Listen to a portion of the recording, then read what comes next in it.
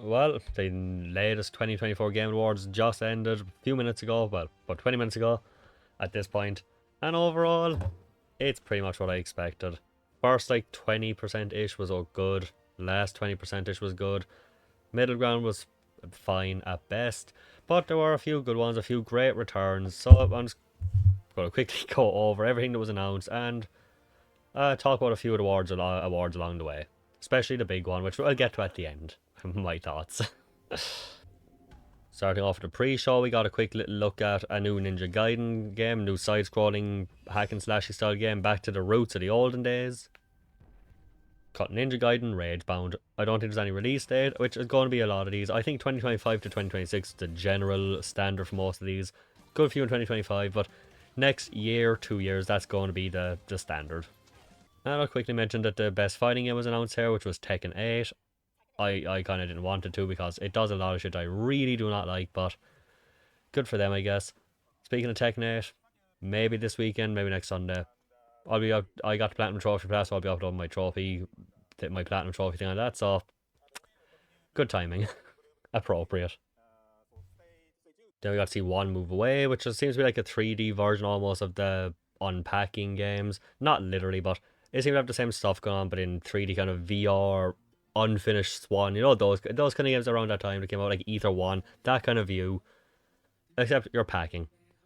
Coming 2025. I forgot we had Slay the Spire 2, which as far as I've never played the first one, I have it on my PS4, never touched it, but it seems like a turn-based rogue like card building, deck building kind of thing, which have been surprisingly popular lately actually, which yeah, I just kind of realised that. This is a sequel, early access 2025. We're also getting what I'm pretty sure is a sequel to Dave the Diver, called Dave the Diver Into the Jungle. It's a game I haven't played yet. I definitely will at some point. It's one of the most interesting games from last year looking back. I didn't. It was up there with Dredge and two. I really want to play a two water-based one. I definitely have to try it out at some point. Just haven't gotten around to it yet. And as far as I can tell, next year, of course. Then we saw Thick as Thieves, which seems like a four-player stealth game kind of thing. It looks okay for me. I don't really care that much, but remember when I said it's had a good start? Wish list now, no release date. There was Shadow Labyrinth, which has been described as a dark take, side-scrolling hack and slashy take on Pac-Man. If you've ever seen me talk about Liza P, you know I'm all here for this stuff. Between Liza P, Winnie the Pooh, Blood and Honey, I am all in for this. Just this. I don't want the genre, like dark takes on popular, beloved childhood characters, but I'm all here for it. Do more of this. Do a dark really take on Tetris for all I care. Just have some fun. That's what we need. We need stupid fun. More than ever. Then we got a new mobile game from the creator of Shenmue and Virtua Fighter, which I was interested. The art style looked really cute, but I don't really like mobile games that much, so. But it's called Steel Paws. It's a Netflix mobile game coming next year. I might check it out. Just, it has enough that I might be interested, but it's going to be low priority, and I probably will forget about it, to be honest. Showed off a bit of Lords of the Shire, which has come out in March. Oh, sorry. March 25th of next year. Lord of the Rings. It seems like what's the word I'm looking for? Environment building her almost Animal Crossing style looking thing. We customize your environment, all that stuff. I don't know if this is a game people are interested in. I haven't heard much about it lately. I think people are a bit jaded on Lord of the Rings games at the moment for reasons. Reasons. But I'm sure some people, it might be fun. Who knows, it might break the curse. StarCraft X Generations, again, probably one of the first games that actually did really catch my interest. It actually looks uniquely, kind of surprisingly fun. Seems to mix like side-scrolling shooting with, you know, third-person shooting style in a dark, dingy-looking place. I don't know if this will be good, but it's the first one that's to really catch my interest. And I think it could be one of those little sleeper hits that could surprise me how fun it is. Midnight Murder Club is what I actually went into with a very. I was like ready to like, oh, it looks boring compared to the last one I was talking about. Here's the opposite end of being in a dark place, but I'm not sure too much about it. I can't find much information about it, but it seems to be a game where you and a few people are put into this big dark house, really basic weapon and a flashlight, hide and seek style. If that's what it is and I'm right, and it actually could be a lot of fun. Just the idea of slowly going around a big house and you find something just boom. Actually does sound really fun. I think this could be one of the games I really slept on while watching the show and I was bored, but actually could be a ton of fun. I could see myself getting addicted to this kind of thing. Hopefully it's good. There's a beta available now. We'll be trying it out. I'll let you know how it goes. Then there's Kiora, supposed to be a side-scrolling survival game, which people have pretty much summed up as being very similar to Terraria. I can't really comment enough because I haven't played that. The trailer just has people walking around in a cave system. Not much more to say. Wishlist now. Guess I'll quickly mention that the best family game nomination was here, and of course, Astrobot was the winner, so family games are kind of a vague category, but then again, most of them are. I think family games should be out games that are good to play with the family. Well, I suppose it could be. Whatever. Back from the creators of Sifu. I mean, the natural progression of what they'll make next. A soccer game. What? Personally, I'm not a huge fan of sports games, but I have always said for a long time, sports games are at their best the less rules they have and the less realistic they are. Too many rules, too many regulations, too much realism. Get out of here. This is more fun. This is the stupid shit I like. I'll probably check this out. I'm always up for a fun arcadey soccer game with... Go back to the old days. Go back to the less rules day. That's when I have more fun with these. Oh yeah, it's called Rematch. It's coming out summer next year. Then show off Solasta 2. I don't know what Solasta is. I haven't played Solasta 1. It looks like kind of a top-down open RPG kind of turn-based game. It looks interesting. It's the kind of game I'd look at and be like, oh, I definitely would try this. I probably won't, but I can definitely see this having a big fan base. It looks like the kind of game a lot of people enjoy a lot more than me. Early Access 2025. Moving on. The official show finally opened up, and of course, Jeff Keighley's back on stage looking as snazzy as ever. Do you know what? More than ever. Then to nominate for the nominations for the best performance, they brought out genuinely one of my favourites, snarky, cynical assholes out there sometimes. Harrison Ford got to deliver the award, and he's exactly what you'd expect from him. I don't know. Sometimes I just love this man. I genuinely, there's not a lot of actors I'm like, yeah, finally bring him out, but the second I knew I don't know. There's something I love about him. He just does not give a fuck. And in the best possible way.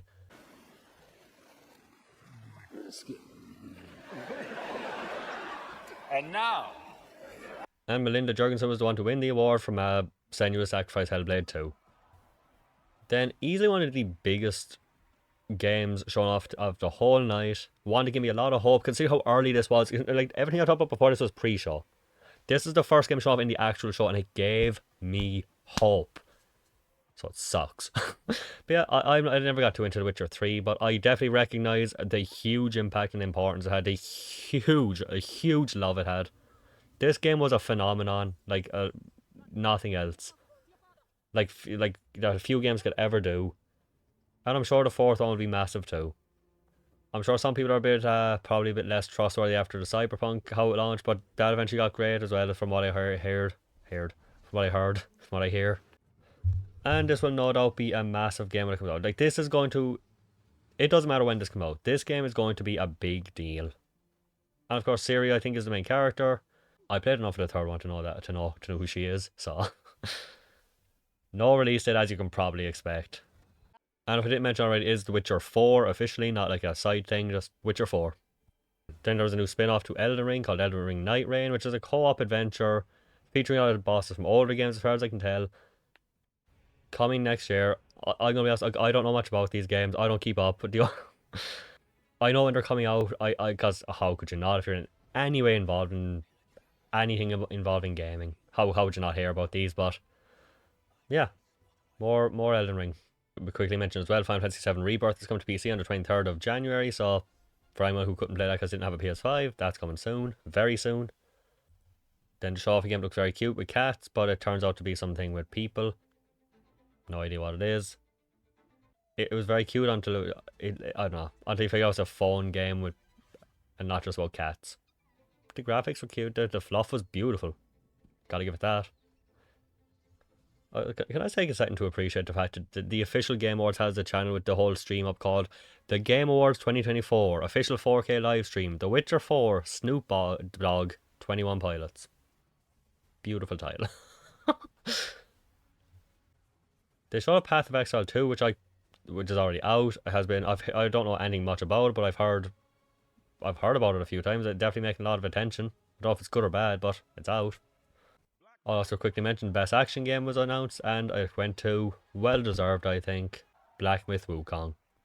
Absolutely one of the biggest things the whole night. A game that I don't think had an actual name, but it's from the same team behind Ico, Shadow of the Colossus, and The Last Guardian. Do I even need to say anything more? I will be keeping my eye on this. It looks really... I don't know what it looks like. I don't know where I was going with that. There's a person standing on top of a robot mecha thing. It does a shockwave. They float up above it. The robot gets hit. They don't. Who cares? Can't wait. From the Obsidian Entertainment people, of course, Outer Worlds 2 is coming out. Nice, funny, jokey trailer. Little self-deprecating fun. I never played the first one. I hope to at some point. But these games are a commitment already. And I feel like there's been so many more of them lately. I think after playing Elex, I don't know. I was burned out just by like half an hour of that from playing any of these, but hopefully at some point. There's just so many. Oh, coming 2025. No further release date, because of course there isn't. It's always the case. Always the... Of course, everyone's favourite lunatic back on stage to just do things. From the same person behind Brothers, I'm pretty sure, It Takes Two and A Way Out. We got Split Fiction, which some parts looks okay, some parts look really cool. These are kind of games that never really did much for me personally. I've never actually played any, but, well, Brothers was fun, I guess, but I've never had too much interest in them. But I know they have a huge fan base. Well, I know they have a passionate fan base. People love playing with co-op. It won Game of the Year either last year or the year before. So, here's the next one. It definitely looks like my favourite one of them so far, so maybe at some point I will try it out. Coming 2025. No release date. They gave out this new award called the TGA Game Awards Game Changer Award to celebrate people who have had a positive impact on the gaming industry. It was very wholesome, very nice. No more, nothing really else to say. It was just a very nice moment in between all of this. If nothing else came out of the night for you, at least this was a nice moment, I hope. Just overall a very touching moment. Growing up, all I ever wanted was to be a part of the video game industry. As a kid from Farmington, Connecticut, it felt a world away. Not anymore. Thank you very, very much. Thank you. Thank you. The show of Steel Hunters, which seems like a mecha shooting, fighting kind of style. Some kind of mecha style open fighting game. You play as your general typical mecha, you know, big, bulky, bipedal one. There's a weird spider looking crawling one. Could be fun. There's a playtest on the 12th until the 22nd, which is now. So, you know, feel free. Might check it out. Who knows? You got Black Frost Long Dark 2, which is like a side-scrolling survival adventure in a big snowy environment. So, games like that are always going to remind me of, was it Never Alone? That game with the fox. So, could be worth checking out. Has Aurora Borealis. That's always fun. Apparently coming to Early Access 2026, which... Fuck, that feels like a long time off. Randy Pitchfork came out to announce Borderlands 4. I don't really have much more to say about it. Everyone's favourite looter shooter. Is that true? Did I just lie? It was in Borderlands 2 days, but... I'm not sure how people feel about Borderlands anymore. I think it's still generally positive, but... He didn't mention the movie. Shame. Apparently coming 2025. I don't believe it. I don't know why, I don't believe it. I don't care, but, you know. Also Clive Rossfield is coming from Final Fantasy 16 into Tekken 8. Is he the first DLC character? I'm not sure. I didn't really keep up much, but... Coming December 16th. 3 days. Sorry, I already deleted it. Then they showed off the next year's most anticipated game. God, which one of these would win?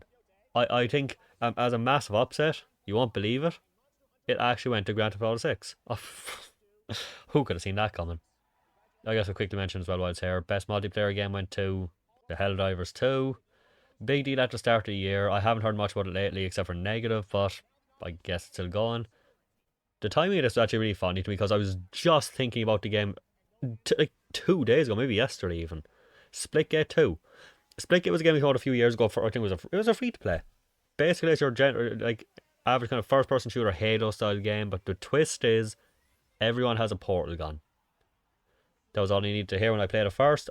I played it for a few weeks religiously. It was really, really addicting, really fun. But then it just dropped out. I do want to go back at some point, but I don't know, funny timing. I just think it's a really funny timing for me. Just like 2 days after I was thinking about it. Funny how that all seems to work out, but definitely recommend trying it out. I think it's still free or to play on. I think it's still free and like available. Not sure how many people are still playing it, but perfect time. It's going to get a resurgence because of this. I am definitely going back. I have been just thinking about. I really want to play it again.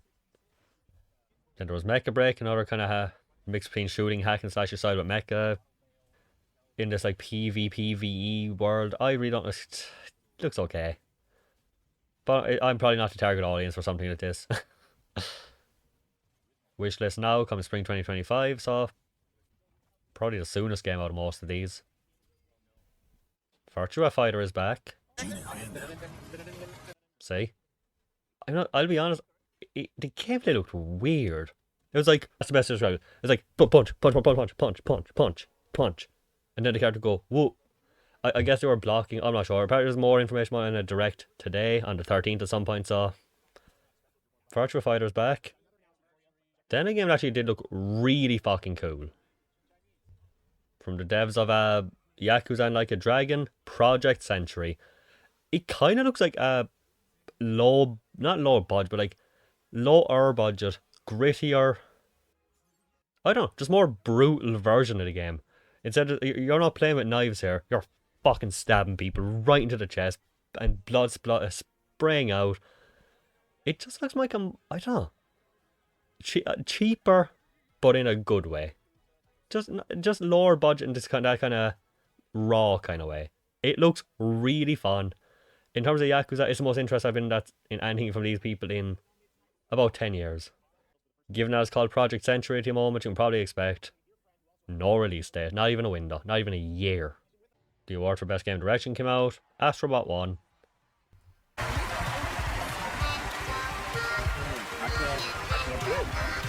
Then they showed off a return of a very old franchise that most people probably don't even remember, and I wouldn't remember if it wasn't for like top trump cards I had back in the day. I had this a card from it. Turok Origins. Third person shooter, dinosaurs. What else do I need? When's the last time I played a game with dinosaurs were relevant? I think I played. What was that game? What was that Capcom dinosaur game? It was like Exo Primal. I played that like 2 turns, so that's the closest. I miss dinosaurs. Some more stuff's coming to Warframe today. I've never played it. It's free on PlayStation 3. Gee, it was PS3, wasn't it? God, that's been going for a while. Then show Palworld Faybreak. Show more stuff coming to Palworld coming in 10 days on the 23rd of December. So, still haven't played it. Have to get into it at some point. I need to try it. It was one of the biggest phenomenons in gaming the last decade, maybe more. It didn't last long in terms of how big it was, but fuck was it a big thing for a while. They show off some of Wuthering Waves, which is coming to. It was on PC and mobile for a little while, I think this year. Coming to PS5 on the first day of the next year. Coming out in the new year.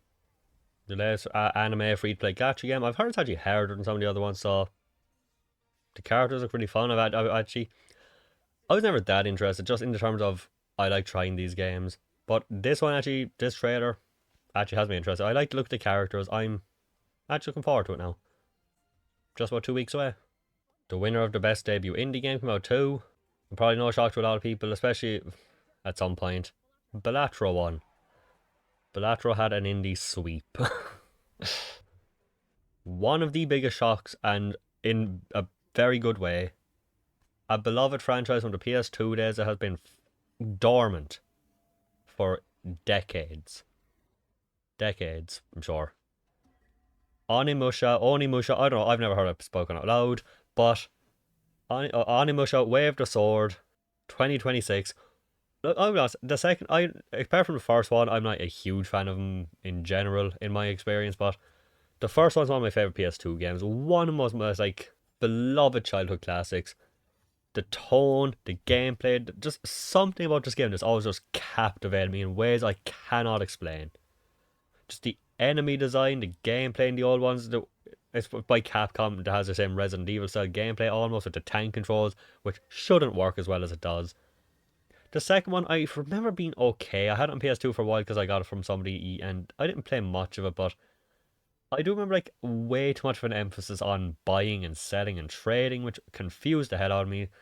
I want to try it again sometime because I assume I'd understand it more as an adult. The third one I remember playing, and even that's a strong way to say that. Vaguely remember playing. I finished it. A lot of time travel stuff in that, but I remember being okay. But the first one, absolute masterpiece. Can't wait for the new one. It's coming 2026. Can't wait for this to return. Then to show the first Berserker Kazan, coming March 27th. Don't really know anything about it. Seems like a fantasy style, dark fantasy, fighting a dragon. I don't know. I'm assuming you're a Berserker, but no gameplay. Which is weird for a game coming in 3 months. I'll keep an eye on it. Speaking of no gameplay, a rad dungeon fighter, another anime style game, open style thing. I assume no gameplay, can't really say anything. I like the character designs, especially some of them. But yeah, well, only gameplay, can't really say any more. Dying Light 2, the Beast DLC, coming summer 2025. I played the first Dying Light, it was okay, I enjoyed it fine, but sure. Best action adventure game went to Astrobot. Best RPG, I'm happy with to say went to Metaphor ReFantazio, which I've just gotten back into today. God, what an awful time it was. Get my ass kicked for like 2 hours by the same thing. Content Creator of the Year went to Queso. I will say I had no stake in this race.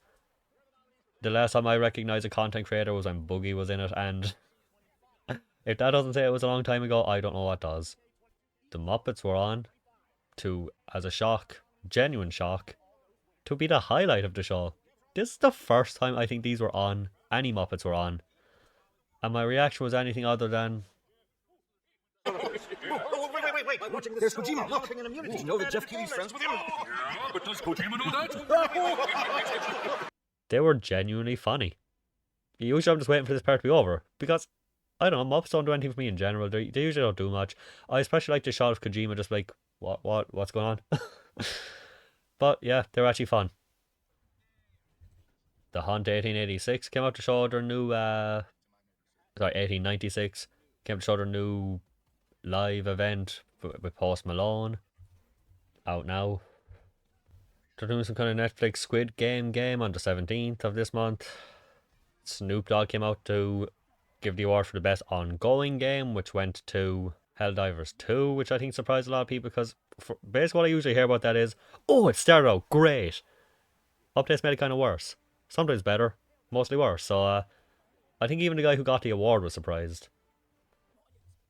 Then they show what seems to be like a It Takes Two kind of game, but maybe a different company, and but from the same people who made Overcooked, it doesn't look great. It's called Stage of Fright, wishlist now. I don't know, it just gets very generic to me. But who knows, maybe if you're a big fan of Overcooked, this means more to you, who knows. They show off Game of Thrones King's Road, again coming 2025. There was no gameplay, so we're just going to move on. Double Dragon Revive is apparently coming in October of next year, October 23rd. No gameplay, but Double Dragon is very typically our side-scrolling beat-em-up style game. Not really that into them, but it's cool to see a return to the old Sega franchises. I want to see what more from their sizzle reel from last year's one. This is probably out of all the ones that we're going to do, the least interested I am in them. Crazy Taxi, can't wait. New Golden Axe, even though I'm not even typically into that franchise, it's a 3D one, can't wait. That was a Jet Set Radio, can't wait. I just want to see more of these. Come faster. There's a solo leveling game. I haven't seen it, haven't read it. Apparently it's going to be episodic, but we'll see. Screamer is an anime style racing game coming 2026. Not much more to say, no gameplay, but I'm in. Anime racing, that's one thing I haven't seen yet. Nope. Best adaptation of the year went to Fallout. I haven't seen any of these. I had no stake in this race, but I've heard it's good. Den of Wolves is a cooperative online multiplayer game. first-person shooter multiplayer game. It came out to be like wishlist 2020, and that was it. Or early access, whatever. It's something. If you're not even going to give a vague idea of a early access release date, whatever, Snoop Dogg came out to do some of his old songs, kinda, in, I'm not sure what it was fully, and came out to thank everyone for letting him be himself. What? Seemed like people had a lot of fun going along with this, so, you know what? It was fine. I like Snoop Dogg, who doesn't? Best score in music, again, I would have liked to see Stellar Blade get some attention, because even though I haven't played it yet, because many reasons, I would have liked to see it get more attention. But I was happy to see Final Fantasy VII Rebirth get the love for that, because it does. If there's one thing I definitely agree it does get deserved love for, or deserve an award for, it has to be the music. Not only the great music from the original, not only the great remixes, tons of new stuff. Walking around the open world with that music playing was, oh, unbelievable. And of course, most places in the game do have great music, so well deserved. Since Shadow is the hottest thing in the fucking world right now, they showed off a brief little teaser for Sonic Racing Cross Worlds. Coming soon, not much to say. It's going to be another Sonic Racing game. I played Sonic Team, whatever racing one it was. Tag Team Racing on the PS4. Did I get the platinum in that? I don't know, I played a good chunk of it. I did a lot. It's very, very average. It is my definition of very, very, very okay, so hopefully this will be better. Mafia is back from Mafia the Old Country, coming summer 2025. It's not a franchise I'm that interested. It's one I want to play more, but I played the third one. It did nothing. I think I have the first one, or at least the remaster, the first one downloaded. I really want to get into these. I just haven't yet.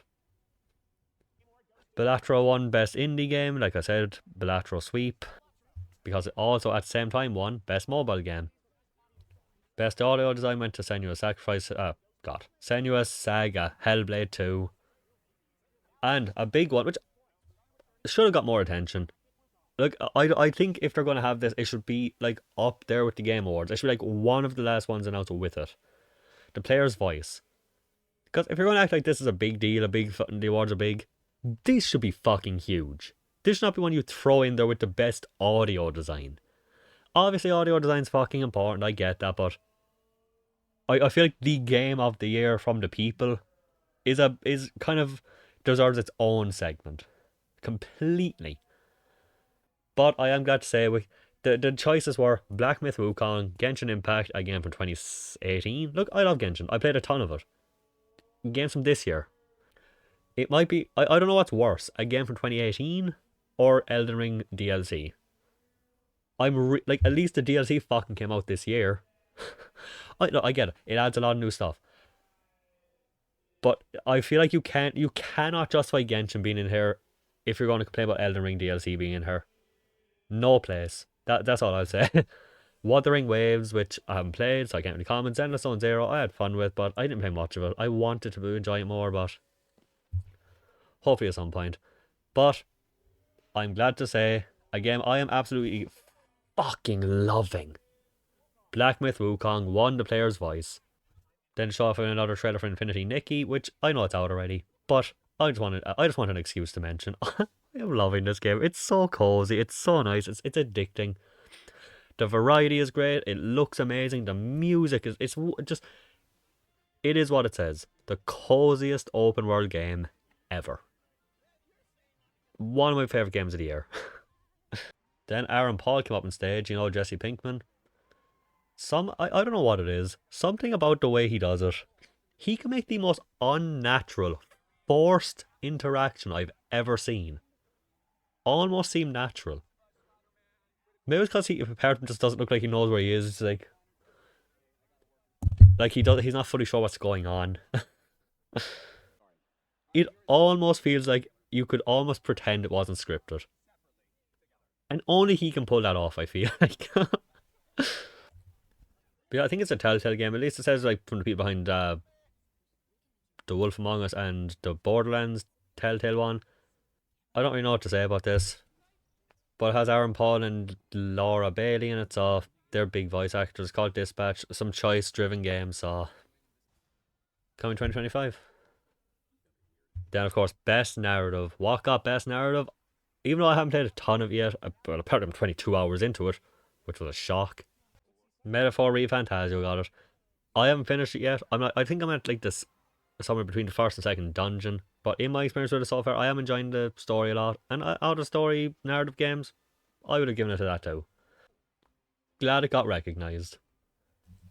Then, while not a huge deal for me, I know for a lot of people it is a beloved classic that shocked the hell out of some people.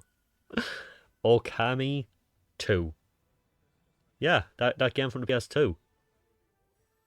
Now, I didn't play much of Okami because the first time I played it, when I was getting into it, that little bug who's constantly bouncing on your nose, trying to read text with him bouncing in front of me like this, genuinely hurt my stomach. I don't know what it genuinely made me feel sick. I don't know if it's an eye issue. Was I just not okay that day? Is it just something distracting about it? The movement? I physically felt sick. This isn't my colour for the way of saying I didn't like it. No, I just genuinely felt sick about it. But I played it again since then. It didn't happen as bad. I enjoyed it fine. Not a game that I'm as much into, but for the people who are passionate about this, which clearly there are people, I do look forward to seeing how it's going to look in a 2024 game. Okami is a PS2 game. It's like 20 years old. What will the new style be like? How will it look? Can't wait to see that at least. They show Crimson Desert again, which is a game I've gone on the record saying, if it holds up to what it looks like it could be, could genuinely be one of the greatest, if not the greatest game of all time. It looks too good to be true. Especially, look up the first trailer. The amount of shit going on here looks unbelievable. Cannot wait. It's coming late 2025. Easily my most anticipated game I think of next year. The Muppets came back again to actually still be funny. Again, I'd say it again. First year I've ever liked the Muppets here. Highlight of the show. Then the actual final announcement of the night, which I actually pulled up my webcam. The way I was hyping it up, I pulled up my webcam. I was like, you know what? Let's just throw it down here. It doesn't need to be fancy. Let's do a reaction. It was probably the most underwhelming thing anybody's ever done. I mean me. In terms of me reacting to it. I was looking at the whole time, I was like, a woman shaving her head? Is it a Wolverine? For some reason, Wolverine was the first thing that came to my head when I saw it from the back. They're like, oh no, is that like what's her name, the X-23 or whatever? I thought it was Wolverine the whole time, right till the space stuff started to happen. And then we saw, from the creators of Crash Bandicoot, Jak and Daxter, and Uncharted, and The Last of Us, Naughty Dog's new game, finally showing their first actual new property since The Last of Us in 2013, Intergalactic, the Heretic Prophet. No, I'll be honest. Overall, I think if it wasn't a Naughty Dog game, I probably would have just looked at this like, looks okay, I guess. Nothing's changed. Personally, I'm jaded in terms of Naughty Dog in general right now. Neil Druckmann is full in charge, so yay. That always ends well. I don't know, there was a time, like if this was 8 years ago, and that was shown off, the sentence on Naughty Dog there would be like, okay, it's gone from this looks okay to day one. There was a time where they were on that, whatever they put out, it doesn't even have to look good, I'll probably play it. But between Sony sequels in general and Naughty Dog now, modern gaming a lot, I don't care. After just saying that out for the first time, I can't bring myself to care about this. They showed like a quick bit of gameplay, the characters go like that. You're fighting a cool looking enemy, but I'll wait to see more. Right now, the fact that it's Naughty Dog just does the opposite of fill me with hope. But yeah, I'm sure it'll be something I'll at least keep my eye on, if nothing else. Regardless of anything else, Naughty Dog's still a big company, still a massively important company. Just from, was it Naughty Dog? Oh, not a 2. The Last of Us 2 in 2021, 2020. Didn't do much for me, I thought it was fine at best. And since then, what have they done? Let's do an online game. It's cancelled. But yeah, let's get on to the final parts. one of the absolute highlights of the show. Not the games are over, the announcements are done. If that's all you wanted to hear about, you don't have to be here anymore if you don't want to. Hope you enjoyed. The best part, I remember at one point saying, I want Metaphor ReFantazio to be a nominated for Game of the Year, if for nothing else, for the orchestra. The Game Awards orchestra is always a massively amazing, beautiful part of the show. A bit of a track from each of the 6 nominations, this year being Metaphor, Balatro, Black Myth Wukong, Final Fantasy VII Rebirth, Astrobot, and Elden Ring DLC, of course. Most of it was great. Then when it got to the Final Fantasy VII part, just hearing that in a live orchestra part was just enough to almost bring me to tears. It's a beautiful music. Easily one of the highlights of the entire show. Forget the games for a minute. Let's hear some beautiful music, because it really is such a big, important part of a game. Especially when it comes to like making emotions happen, or even just pure fun. Music can change so much. And even if I don't have the capacity to talk about in any fancy way, I can still recognise how important it is and how beautiful it is. This whole orchestra, one of the parts me and a lot of other people look forward to every time. But now the big one, the Game of the Year. Nominated by journalists, the official Game of the Year for 2024 was Astrobot. Yeah, I guess that one. Look, I know it's a big loved game, a very passionate fan base by some people. For me, I would like to see Final Fantasy VII or Wukong win, but no hate on that. I hope that's at least one some people can take away. Even if you're not happy about what won, it's not the game's fault. It's not the developers' fault. They just made a game. They wanted a game. People loved it. Don't take it out on the fucking fans of the game, the people who made the game itself. Because people get fucking insane. I'm gonna be honest with you. Sometimes it's fun to watch, but people do get insane with this stuff. I would just go on sometimes like, alright, the nominations were announced. Alright, popcorn time. Let's just read some of these comments, because it is unhinged. Other people talk about who you've seen it. Here's a content creator of the year. Who? As if you not knowing who that person is the biggest jab ever. It's fucking insane. Everyone who likes this game is insert negative trait here. Oh, it's fucking wild. It's funny sometimes, but my god, is it insane. I get caring, I get loving all this stuff, but Jesus Christ, people are nuts. But yeah, that's the Game Awards for 2024. Highlights for me, Onimusha coming back was a huge thing.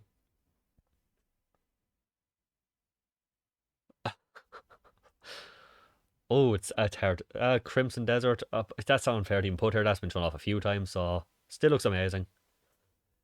There wasn't that much here that really, really excited me. I was hoping to see some more something from Final Fantasy, Resident Evil, but I get Capcom. They're doing Onimusha and Monster Hunter and what else? Okami, I think is them too. They have a lot in their play coming up, but I'm hoping to see more Resident Evil soon. Code Veronica remake or 9. 9 will be next. If they're going just a pattern of remake, sequel. In terms of Game of the Year winner, I'm just glad they didn't give it to a fucking DLC. Anything could have won besides that, and I would have been at least happy about that.